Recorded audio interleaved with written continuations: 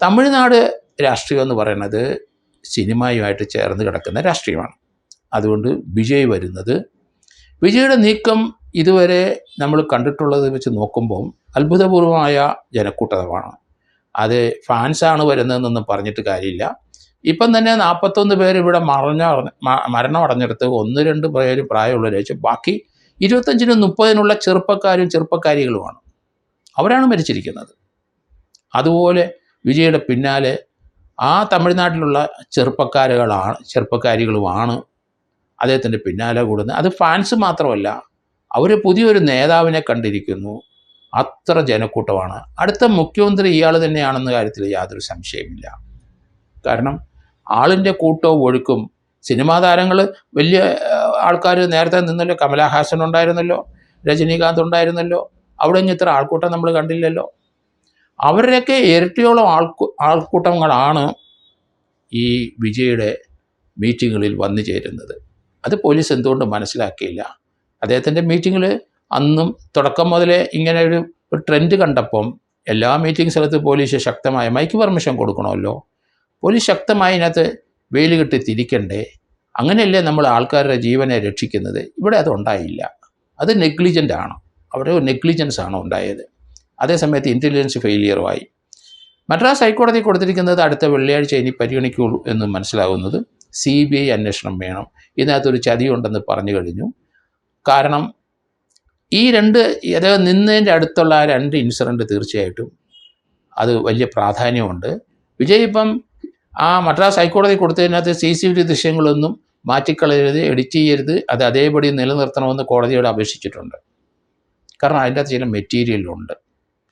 അതിനകത്ത് ആരോ കുബുദ്ധികൾ ഇവരുടെ മീറ്റിംഗ് കലക്കാനായിട്ട് ശ്രമിച്ചു എന്നുള്ളൊരു വാദഗതി തന്നെയാണ് പറയുന്നത്. അതിന് പറ്റുന്ന 1-2 ഇൻസിഡൻറ്റ് കണ്ടു. വിജയ് നിൽക്കുന്നതിൻ്റെ നെറ്റ് താഴെ ഒരു പ്രശ്നം ഉണ്ടായിട്ട് അയാളെ ആശുപത്രിയിൽ കൊണ്ടുപോകും, ആംബുലൻസിൽ കൊണ്ടുപോകും. അവിടെ ഒരു കത്തിക്കുത്ത് നടന്നതായിട്ട് അദ്ദേഹത്തിൻ്റെ ഫാൻസ് അസോസിയേഷൻ പ്രസിഡന്റ് ചാനലിൽ പറയുന്നത് ഞാൻ കേട്ടു. നമ്മുടെ മനസ്സിലും അത് തന്നെയാണ് വന്നത്. എന്തായാലും തമിഴ് രാഷ്ട്രീയത്തിലെ പിടിച്ചു നിൽക്കുന്ന സംഭവങ്ങൾ ഇനി ഉണ്ടാവും. അത് പിടിച്ചു നിർത്താൻ കഴിയില്ല. കാരണം മുന്നോട്ട് പ്രയാണത്തിന് ഇത്രയും പേര് മരണപ്പെട്ട് അവരെ ആശ്വസിപ്പിക്കാൻ അദ്ദേഹം സ്പോട്ടിൽ വരും. അതിന് ഇതുവരെ പോലീസ് അനുവദിച്ചില്ല. ഏതായാലും മദ്രാസ് ഹൈക്കോടതിയുടെ ഒരു തീരുമാനം എന്തെങ്കിലും വന്ന ശേഷമായിരിക്കണം വിജയ് കരൂരിൽ വരും. ആ മരണമടഞ്ഞവരുടെ വീടുകളെല്ലാം സന്ദർശിക്കും, പരിക്കേറ്റവരുടെ വീട് സന്ദർശിക്കും. 3, 4, 5 ദിവസം ചിലപ്പോൾ അവിടെ ചെലവഴിച്ചെന്നും വരും. കാരണം വിജയിൻ്റെ നീക്കങ്ങൾ അങ്ങനെയാണ്, എല്ലാവരും ചേർത്ത് നിർത്തുന്നതാണ്. ഇപ്പം ഇങ്ങനൊരു സംഭവം ഉണ്ടാവുമെന്ന് പ്രതീക്ഷിച്ചിട്ടുണ്ടാവില്ല. മരണപ്പെട്ടു 41 പേര്. അതേസമയത്ത് വളരെയധികം പേർക്ക് പരിക്കേറ്റിട്ടുണ്ട്. അവിടങ്ങളിലൊക്കെ പോകാനുള്ള തീരുമാനം, അതിനുള്ള ജനപിന്തുണയുണ്ട്. അദ്ദേഹം പോകുമെന്നാണ് ഞാൻ കരുതുന്നത്. അത് അടുത്ത ദിവസം തന്നെ ഉണ്ടാവും. അത് അവിടുത്തെ സംസ്ഥാന ഗവൺമെൻറ് വിലക്കിയാലും ആര് വിലക്കിയാലും ശരി, അതിന് വേണ്ട പ്രൊട്ടക്ഷൻ കൊടുക്കാനേ പറ്റുള്ളൂ. ഇതൊരു രാഷ്ട്രീയ മുന്നേറ്റമാണ്, അതൊരു ഫാൻസ് മുന്നേറ്റം അല്ല എന്ന് തന്നെയാണ് ഞാൻ കരുതുന്നത്. തമിഴ്നാട് രാഷ്ട്രീയത്തിലെ കറപ്ഷൻ്റെ വലിയ വലിയ ആരോപണങ്ങൾ നിലനിൽക്കുന്ന ഒരു സംസ്ഥാനമാണ്. അതുകൊണ്ട് ചെറുപ്പക്കാരുടെ ഒരു മുന്നേറ്റം ഈ വിജയുടെ നേതൃത്വത്തിൽ ഉണ്ടാകും എന്നാണ്. അങ്ങനെയാണ് ആൾക്കാർ അവിടെ ഇളകിയത്. നമ്മൾ അദ്ദേഹത്തിനെ കാണാൻ തന്നെ കൊച്ചു കുട്ടികൾ വരുന്നതൊക്കെ അതിനകത്ത് രാഷ്ട്രീയ ചിന്ത ഉണ്ടാവില്ല, കൗതുകം കൊണ്ടായിരിക്കാം. പക്ഷേ വരുന്ന ചെറുപ്പക്കാർ മുഴുവൻ അദ്ദേഹത്തിനെ നേരിട്ട് പല സ്ഥലത്തും കണ്ടിട്ടുണ്ട്, സിനിമയിലും കാണുന്നവരാണ്. അവരെല്ലാം എത്ര മണിക്കൂറാണ് അവിടെ നിന്നത്. നാമക്കല്ലിൽ നിന്ന് ഇവിടെ വരാനായിട്ട് അദ്ദേഹം 6 മണിക്കൂറോളം എടുത്തിരിക്കുന്നു. അത് ഡിലേ വന്നതാണ് ഇതുപോലുള്ള സ്റ്റാമ്പേഡ് ഉണ്ടാകാൻ കാരണമെന്ന് പോലീസ് പറയുന്നതിനോട് ചോദിക്കാൻ കഴിയില്ല. ചിലപ്പോൾ 2 ദിവസം 3 ദിവസം കഴിഞ്ഞേ എത്തുള്ളൂ. അത് രാഷ്ട്രീയപരമായ അവരുടെ നീക്കങ്ങളാണ്. അദ്ദേഹത്തിനെ കാണാനുള്ള ആൾക്കാരെ വഴിക്ക് വെറുപ്പിച്ചുകൊണ്ട് ഈ സ്ഥലത്ത് വരാൻ പറ്റില്ല. അതുകൊണ്ട് അവരെല്ലാവരും കണ്ടു കേട്ടേ വരുള്ളൂ. അതിൻ്റേതായ ഡിലേ ഉണ്ടാവും. ഇവിടെ വെള്ളമില്ലാതെ പലരും ദാഹിച്ചു വലഞ്ഞു വീണു പോയിട്ടുണ്ട്. അത് 5:30 മണി വരെ ആയപ്പം വെള്ളം തീർന്നിരിക്കുന്നു. വെള്ളം കൊടുക്കാനുള്ള ബാധ്യത പോലീസിനുണ്ട്. ആൾക്കൂട്ടത്തിന് അവിടെ ഇതുപോലെ പ്രശ്നങ്ങൾ ഉണ്ടാകുമ്പോൾ എമർജൻസിക്ക് വെള്ളം കൊടുക്കാനും ആംബുലൻസുകൾ യഥേഷ്ടം മൂവ് ചെയ്യാനുള്ള സൗകര്യങ്ങളും കാർ പാർക്കിങ്ങുള്ള സൗകര്യങ്ങളൊക്കെ പോലീസ് ചെയ്യേണ്ട കാര്യങ്ങളാണ്.